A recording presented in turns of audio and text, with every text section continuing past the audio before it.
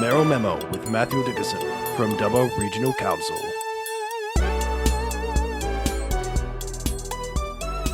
You're on Zoom's Brekkie. It's just on 17 past 8. A very good morning to the Dubbo Region Mayor, Matthew Dickerson, via phone this morning. Sir, how are you? Very good, thank you. A very good morning to you as well. Yeah, thank you very much. Now, the New South Wales Drug Court is commencing sitting at Dubbo today.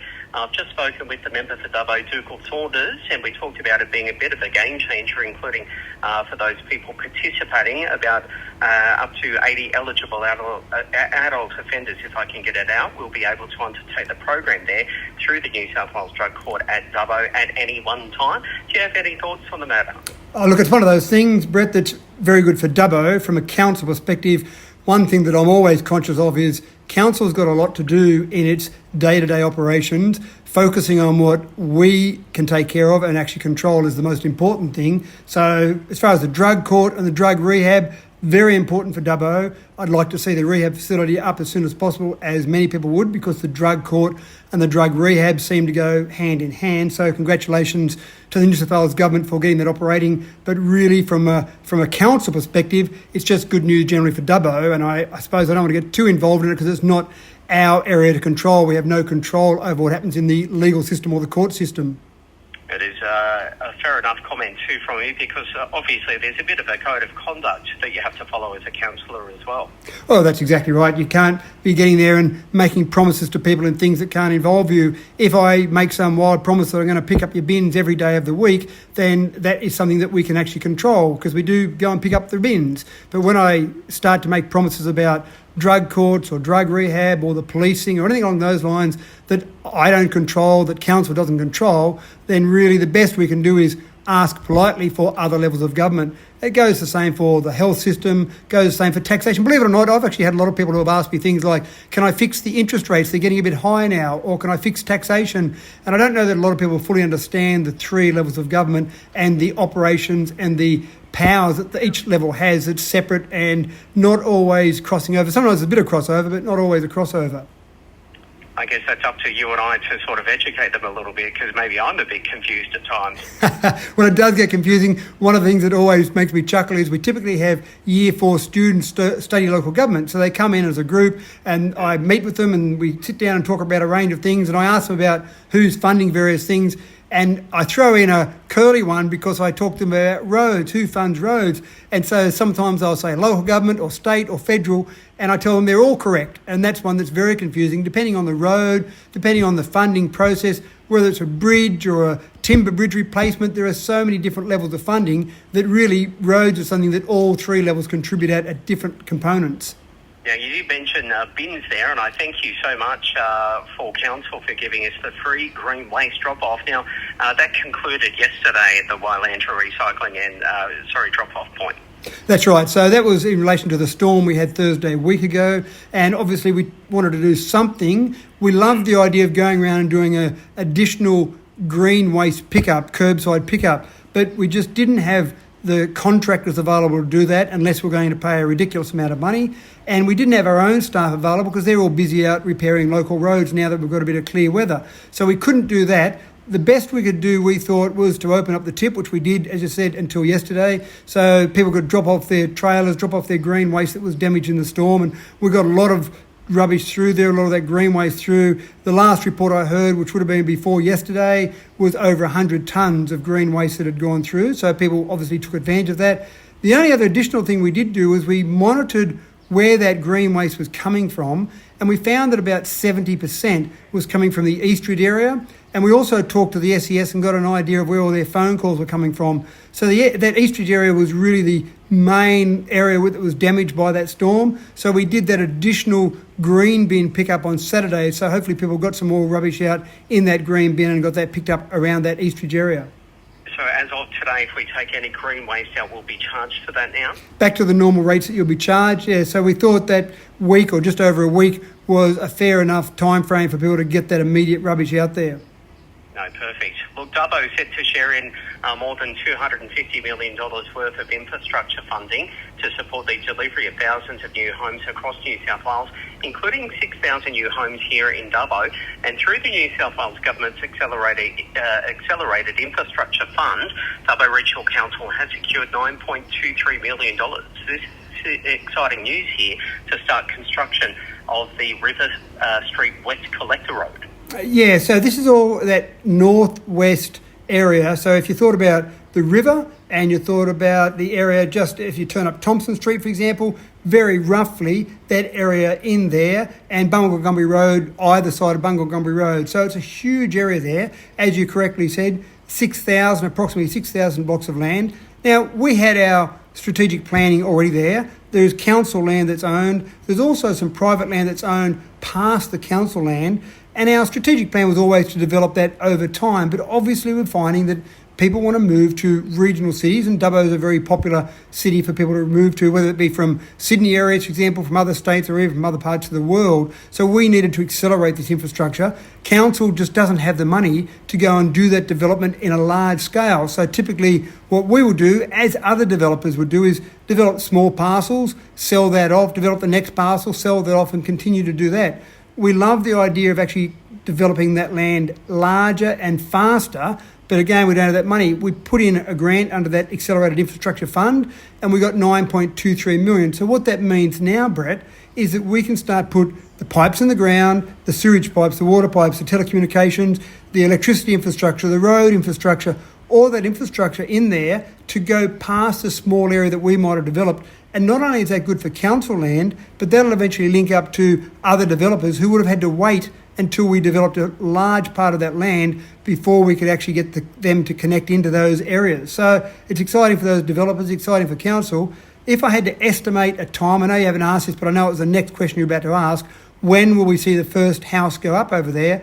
I would say approximately by the end of 2024, we will see the first house built there. Now remember, if you look at there now, there's a big paddock, there's a bit of planning for the bridge, for that new bridge that's going to go across there. So it doesn't look very much at the moment. So a long way to go in our final planning, a long way to go in all that infrastructure planning, and then get construction, underground construction, before finally a house goes there. But we think with this extra money, we can make that happen by the end of next year.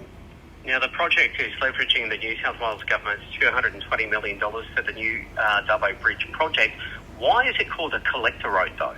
So one of the things that will happen there is that you've got the bridge that, as we know, will go up from the Newell Highway and swing out across the river. Then there's a road, it'll go off Bungalgumbi Road, and these plans are all very approximate at the moment, Brett, so don't hold me to these, but one of those roads will go through that as a major road that will go directly onto that bridge. So we're already having discussions with Transport for New South Wales. So the reason it's called a collector road is it will collect a lot of the traffic from around that area and take that directly onto the bridge so that you'll be able to go straight across the river or in fact back into town. So you're talking about this whole area being within 2 kilometres of the CBD. Again, you don't want just small local roads, because imagine if you lived on one of those small local roads, you'd have too much traffic there to be too busy for that local road to handle. So a collector road collects traffic from those smaller suburbs, from those smaller roads, and then brings them into a higher traffic road.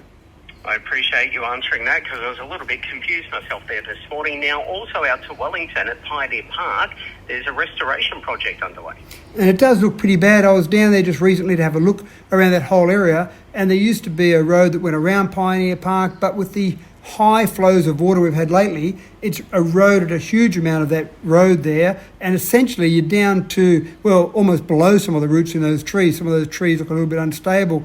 We've got to do something with that. We don't think just putting it back to the way it was makes sense, because you'll have more rain at some stage in the near future. We know our climate is changing, so you'll have that washed away again, and a future council, either this council or a future council, will have to deal with the same situation we've got now. So we're actually going to make some changes there. We'll do a bit more consultation with that, but actually change the way that road is structured around there to make it better able to handle those high flows of water, but it'll also change the way that road is used in terms of the car, the pedestrian traffic. That'll all change. So we'll get some final plans for that, people, but the main thing is there.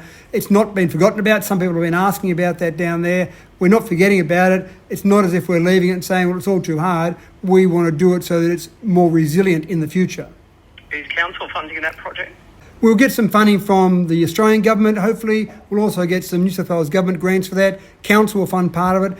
There is money that we will get from the state government in disaster recovery funds. It's not specifically allocated to that. So in other words, the government will give you $1 million for recreational repair works after an emergency like our flooding, and they'll give you like for like on essential infrastructure. So for road infrastructure that's essential, if it costs us $500,000 to repair a road, then the state government will give us $500,000. If it costs us $3 million, they'll give us $3 million. They give you the pot of $1 million for areas that are recreational. So what we've got to do as a council is decide the highest priority out of our recreational damage and repair those. Ultimately, what happens is we'll end up spending some of council money, some of the community money to repair some of those recreational facilities, because $1 million, as you can imagine, with the flood damage that we've had, has been quite incredible.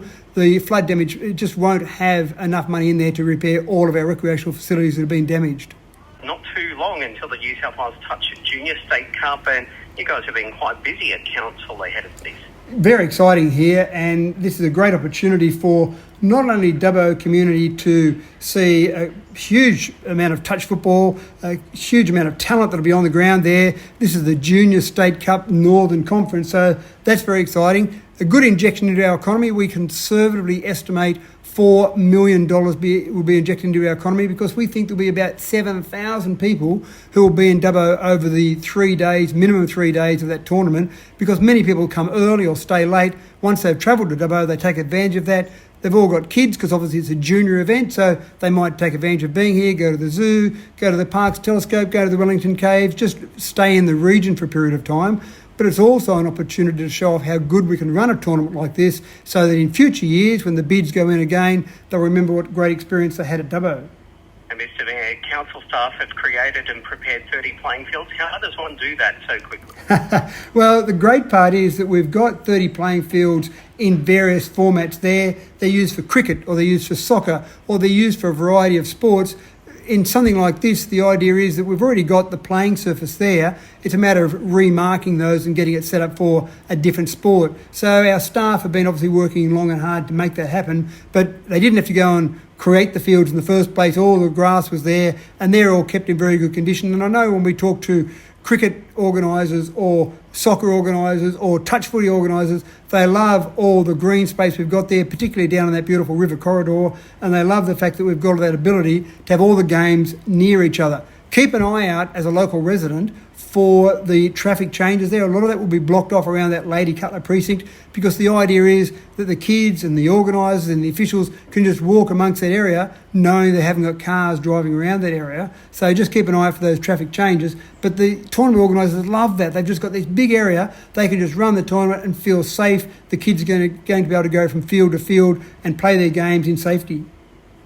So if I'm a local resident, I've gone and purchased my ice cream and, freezer shopping, don't go that way near the Lady Cutler precinct.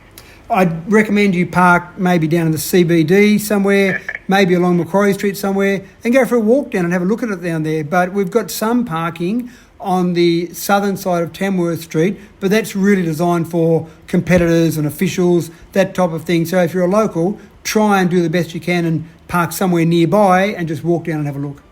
Dubbo Region Mayor Matthew Dickinson will catch up in a fortnight. Thanks for your time this morning. My pleasure, Brett. Always good to talk. And to you, just on 8:31 here, a little bit later, the local news. Here we go.